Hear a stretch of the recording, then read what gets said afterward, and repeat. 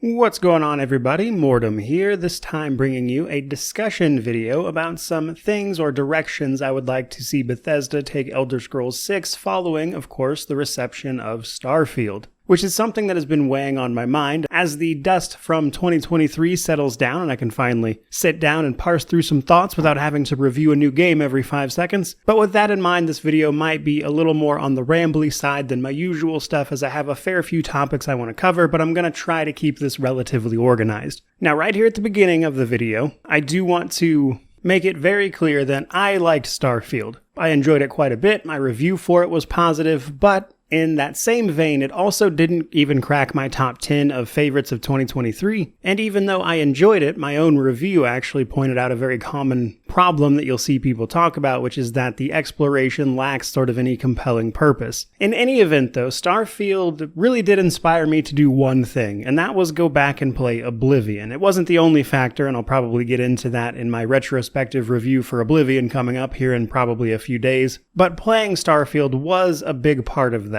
And that's because a lot of Starfield's actual RPG mechanics, that is to say how the character building works, actually having some choices involved here and there, reminded me in a lot of ways of Oblivion. However, it is in going back and playing Oblivion that I was able to cement and kind of parse through my thoughts on Starfield a little more coherently for myself, which is why I'm finally making a video like this. So to put it simply, and form the crux of this video, I think Starfield lacks a compelling world that feels lived in comparison to a lot of Bethesda's other work, such as Oblivion, Skyrim, Morrowind, or of course the Fallout series, but we're trying to keep this Elder Scrolls themed here. And the reason for that, at least for me, is simply that Starfield's characters and world, due to the way it's designed, it being an entire galaxy of planets and things to explore, means that individual locations are just dealing with static characters, as opposed to their previous games' Radiant AI, that allows them to walk around and follow a schedule. And while that's not perfect, and we'll get into that, it does lend a feeling of not only believability, but immersion that I think Starfield just doesn't have, in spite of the things that I liked about it. And to compound that issue and relate it back to Elder Scrolls 6, as the title will likely imply, I'm worried that Bethesda, in light of Starfield's very negative reception, might take the wrong lessons from that. Because, again, Starfield's RPG mechanics are things I haven't really seen them dabble too much in deepening since Oblivion, whereas games like Skyrim and Fallout 4 mostly just pulled a lot of that stuff back and made it simpler and easier to get into. Starfield, though, actually made an attempt to bring in choice and consequence, have interesting interactions within factions, while at the same time bringing back deeper character building from their earlier titles. So basically, what I would like to see is Starfield taking those things that I believe it did well and combining them with Bethesda's previous entries, really believable worlds and open sandboxes that I think a galaxy-spanning adventure just quite simply could not manage to live up to.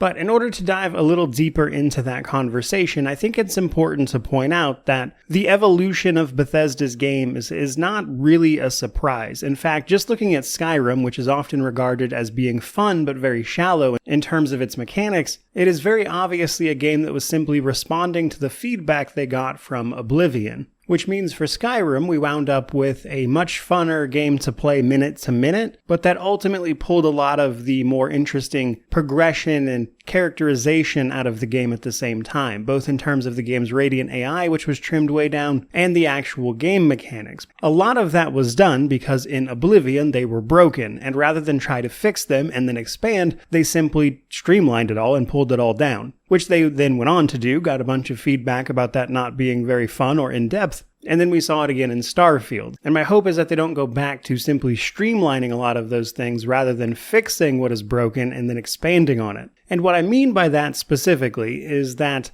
Oblivion's level up system, and Morrowind's by extension because they used a similar one, though this is more of a problem in Oblivion where the enemies scale indefinitely with you. But that problem in Oblivion is basically that as you level up, if you do it the way the game tells you to do it, or at least implies so, you would actually be leveling very inefficiently and enemies would quickly level up in a much more efficient way than you, thus making the game actually harder as you leveled up, not easier. which involved a bunch of attributes and everything else. But in Skyrim, rather than just fix that issue, which would honestly I don't think have been very difficult to do with a couple of slight tweaks, they simply removed all of it and said health, stamina, or magicka, and that's it. And then, of course, your perk points as opposed to the skills. And just right there, you've taken a lot of the depth out of the characterization from Oblivion to Skyrim. And then you look at something like the Radiant AI system, which while present in both games is much more trimmed down in Skyrim as well. In Oblivion, the Radiant AI system would see NPCs doing all sorts of stuff, which is where you get a lot of the, let's say, fertile ground for memes. But in large part, that's simply because it was more ambitious. For instance, every character has a schedule, but rather than Skyrim's, where this just meant like where they are at the city in that time of day, in Oblivion, this was a legitimate schedule in the sense that occasionally on certain days of in-game months, they would just leave town altogether and take a trip somewhere. And while normally that would happen automatically, if you happen to be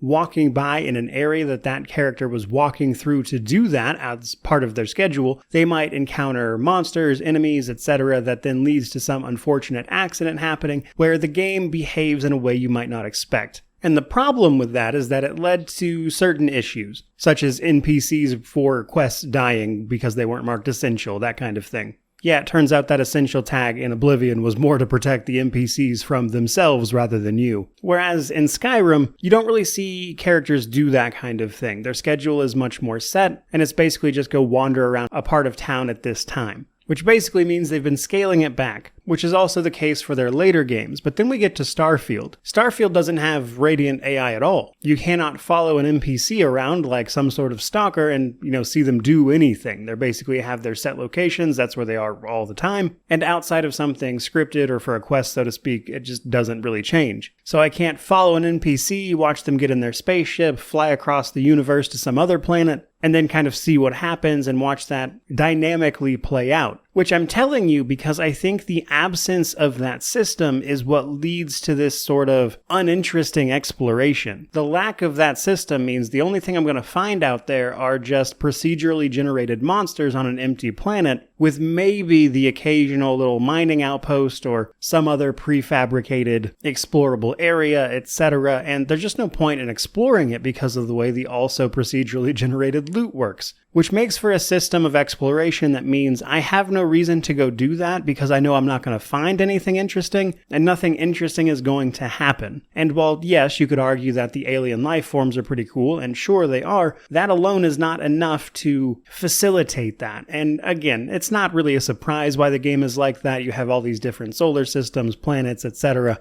They had to draw that line somewhere. So that system being absent isn't a surprise, but I think it leads to the bigger problem with exploration that they just failed to fill in with something else. And as much as I like the rest of the game's systems, there isn't really any getting around that, and that's why it didn't crack my own top 10. Which naturally means that for me, that's the bigger problem. And seeing how I see a lot of those complaints echoed in the negative sentiment surrounding the game, it is my hope that that is the feedback that Bethesda takes in from this. Because on the more RPG-focused side of things, I loved a lot of what they did with the character customization and building around things like, of course, traits, perks, abilities, how you gained those things without it being at your own detriment via the leveling system. They fixed and addressed a lot of my problems with the character progression from their previous games. And that's what I really loved about Starfield, was all those mechanics actually working and functioning properly. And I think for me, that's why I enjoyed it much more than others. But even I can acknowledge that the other side of that, using that interesting character you just made to then go explore and interact with a believable lived-in world that we're used to from Bethesda, just really wasn't there. So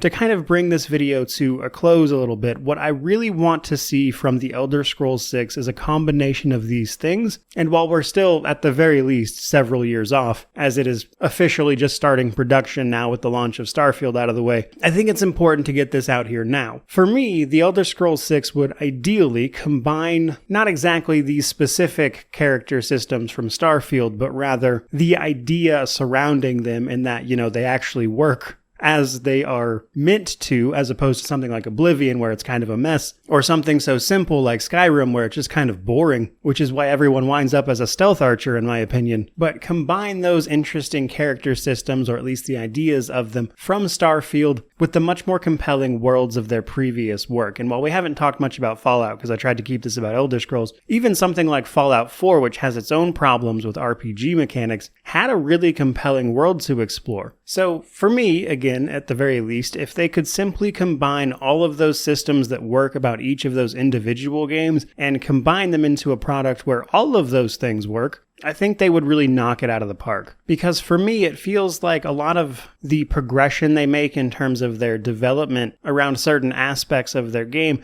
is coupled with a step back in other areas. Whereas I'd really love to see them go all in and expand on a lot of these really interesting features they've worked on across all of these games, as opposed to just finding ways to streamline them. But that, I think, is just about everything I have to say on the matter, which I hope some people find useful or see it as some helpful feedback at the very least, because for me, while sure it would be very easy to go, oh, look how terrible this game is for easy clicks, I've, if you've watched the channel, really never been the type of person to do that. I don't think it helps anyone. Whereas I believe constructive feedback does. So this is my attempt at that. I hope this has been useful to someone, if nothing else, for simply generating discussion, especially since, as someone who really loves the fantasy side of things, and the Elder Scrolls series in particular, that the Elder Scrolls 6 really isn't dealing with any sorts of problems like these. I hope they really hit a home run with that, as I would very seriously like to introduce my son to the series with that title.